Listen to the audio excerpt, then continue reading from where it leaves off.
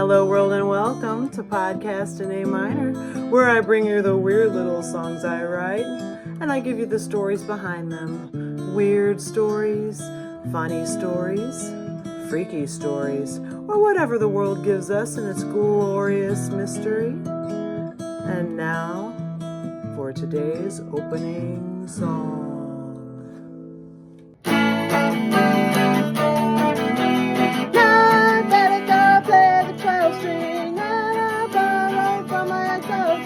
Thank you, ex-husband, for being a Mensch.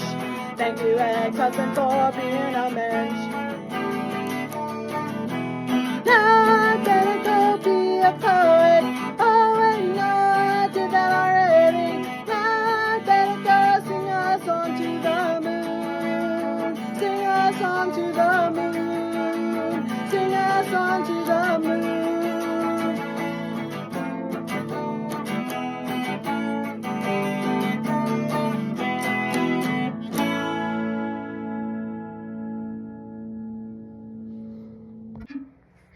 Hello world and welcome to Podcast in A Minor. I'm Amy Zollers McAnally, a poet and an artist, and I'm in one of my moods. You just heard Song Slam on the Rickenbacker 660 12-string, Borrowed. And we wrap up National Poetry Month 2025 with a Song Slam, composed and recorded within an hour tonight, the closest I get to improv.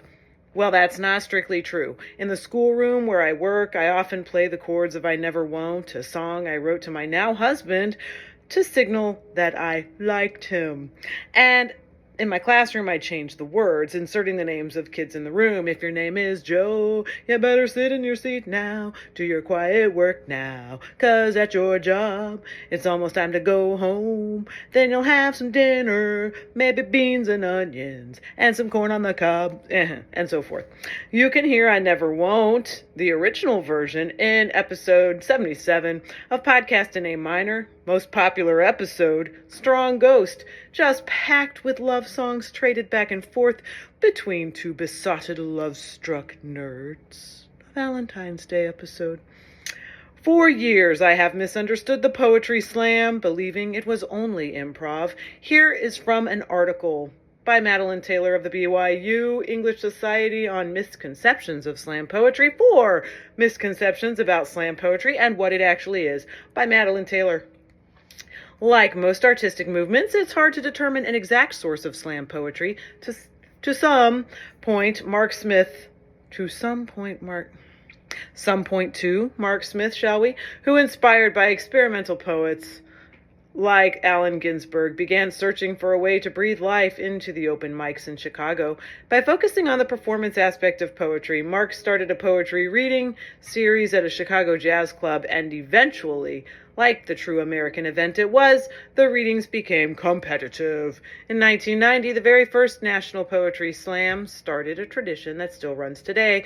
But what is a poetry slam? Well, it's not one poetry recitation. Everyone is familiar with the stiff silence and polite applause that accompanies a poetry recital, but nothing could be further from the truth when it comes to slam.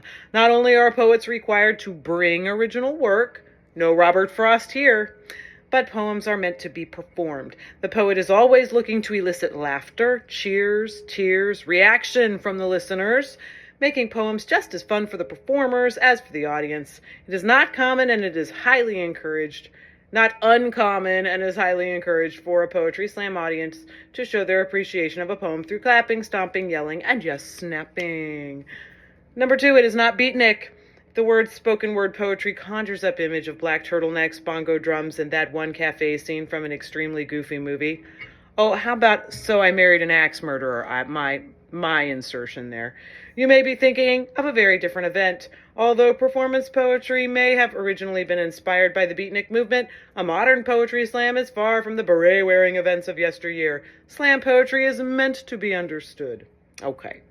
Number 3, rap battle. It is not a rap battle. This is another case of influence. From early in its life, hip-hop has been an active contributor to the slam poetry culture. Did you know Kanye's Gold Digger was first performed at a slam? Especially among young poets. Both rap and slam poetry rely heavily on rhythm and flow, and both have informal formats which tackle complex issues. A slam should not be confused with a rap battle, though. In a slam, there are at least 5 poets, sometimes upwards of 30, and instead of bouncing off each other for improvised performances, the majority of poems are prepared in advance. Thank you, Madeline. Confirmation at last. That answer to my question was very tough to find in every source I encountered. And number 4, it is not poetry geeks only. One of the greatest things about slam poetry is its appeal to people from all walks of life, not just English geeks. If you're worried you wouldn't fit in because you don't particularly love Shakespeare or you've never read Leaves of Grass, never fear. Spoken word is about sharing your stories, and if everyone had the same experiences, the platform would be useless. So don't be afraid to dive right in, poetry geek or no, poetry freak or no, my edition, into one of the most honest forms of expression out there. I like that description. I'm for that.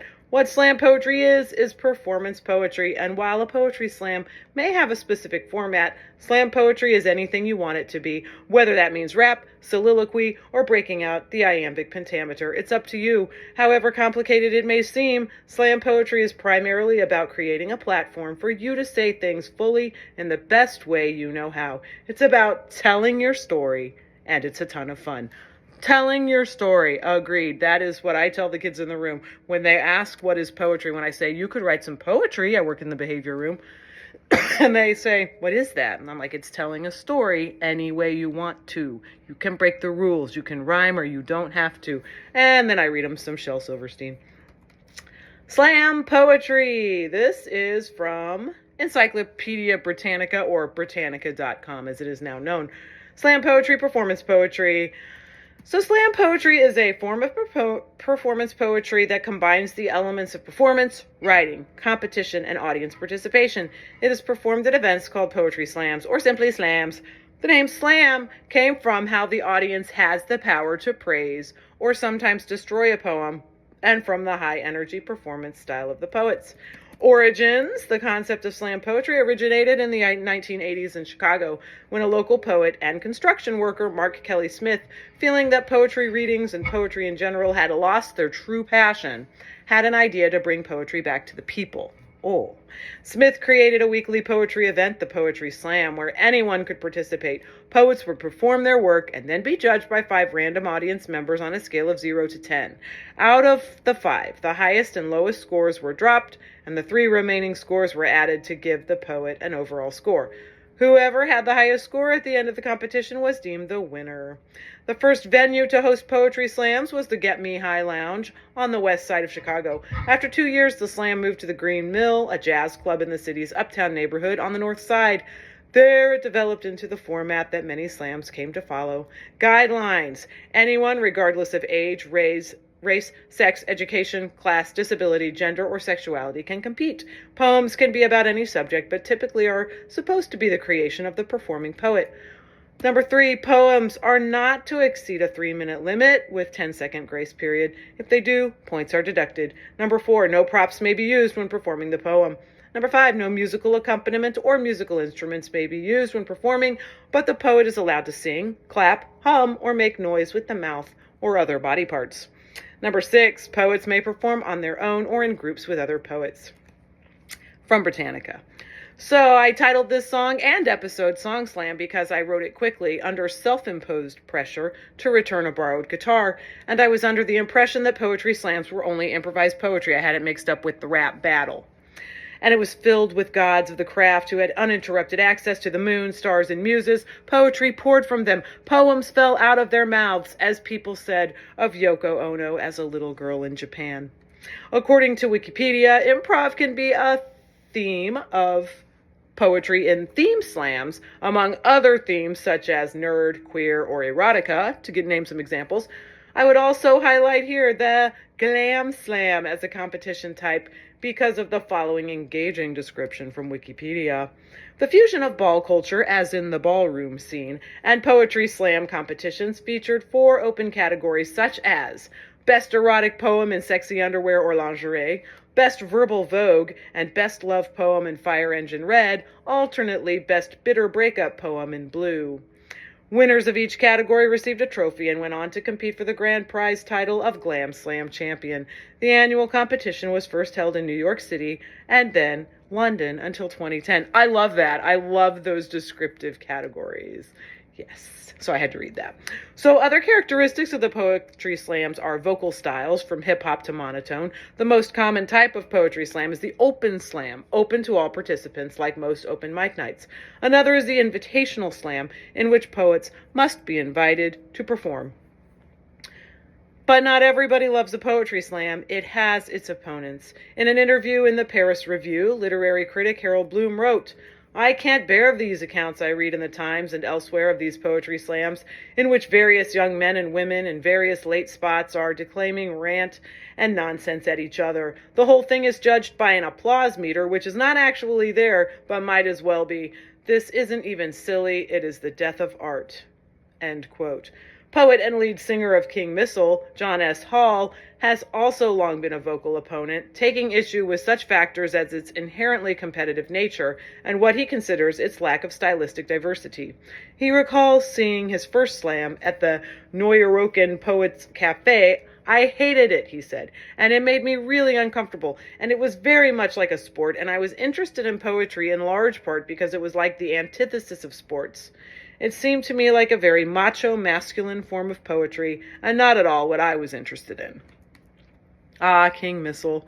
That takes me back to my college radio days. Now that I know that John S. Hall is a poet, I realize I have always heard the poetry in "Jesus Was Way Cool." Now, for just a peep or two into the opening song lyrics. "Thank you, ex-husband, for being a mensch." Be a mensch, Dr. Dreyfus advised Jack Lemmon as C.C. Baxter in the 1960 film The Apartment. Dr. Dreyfus mistook Baxter for a playboy because so many of his co-workers were borrowing his apartment in the evenings for their affairs. "You know what a mensch is?" Dr. Dreyfus asked him. "A human being." Yep, that is what the world needs now, as in 1960. As for singing a song to the moon, we certainly did that last week with the String of Pearls poem that wove together lines about the moon from various favorite poets and the reading of Moon Devoured chapbook written by me, read in its entirety. And did you see the smiley face moon on April 24th and 25th? Bright eyes provided by Venus and Jupiter. Little moon mouth, a tiny little smiling fingernail. I did not see it. I tried on the 24th, but it was too cloudy in my area. The 25th was a Friday. I waited for dark, took a shower, and then fell asleep. Long week, long month, long year. But that was also a pretty cloudy day on Friday. Well, that does it for National Poetry Month episodes of Podcast in A Minor 2025. A month at the fount of balladry and verse. Ambrosia. Keep tuning in for Breakfast Poetry live on Instagram at Hipness_and_outrage for just a few more days. Or revisit earlier episodes from this year and other Aprils going back 4 years. Check out my sister podcast, Poetry Freaks, for poetry prompts and poetry movements. Here's joy of poetry to you, and here's to you, joy of poetry. Thank you for listening. See you next time. The Encyclopedia Neurotica. It's my role in the play, and I must, and I must, and I must.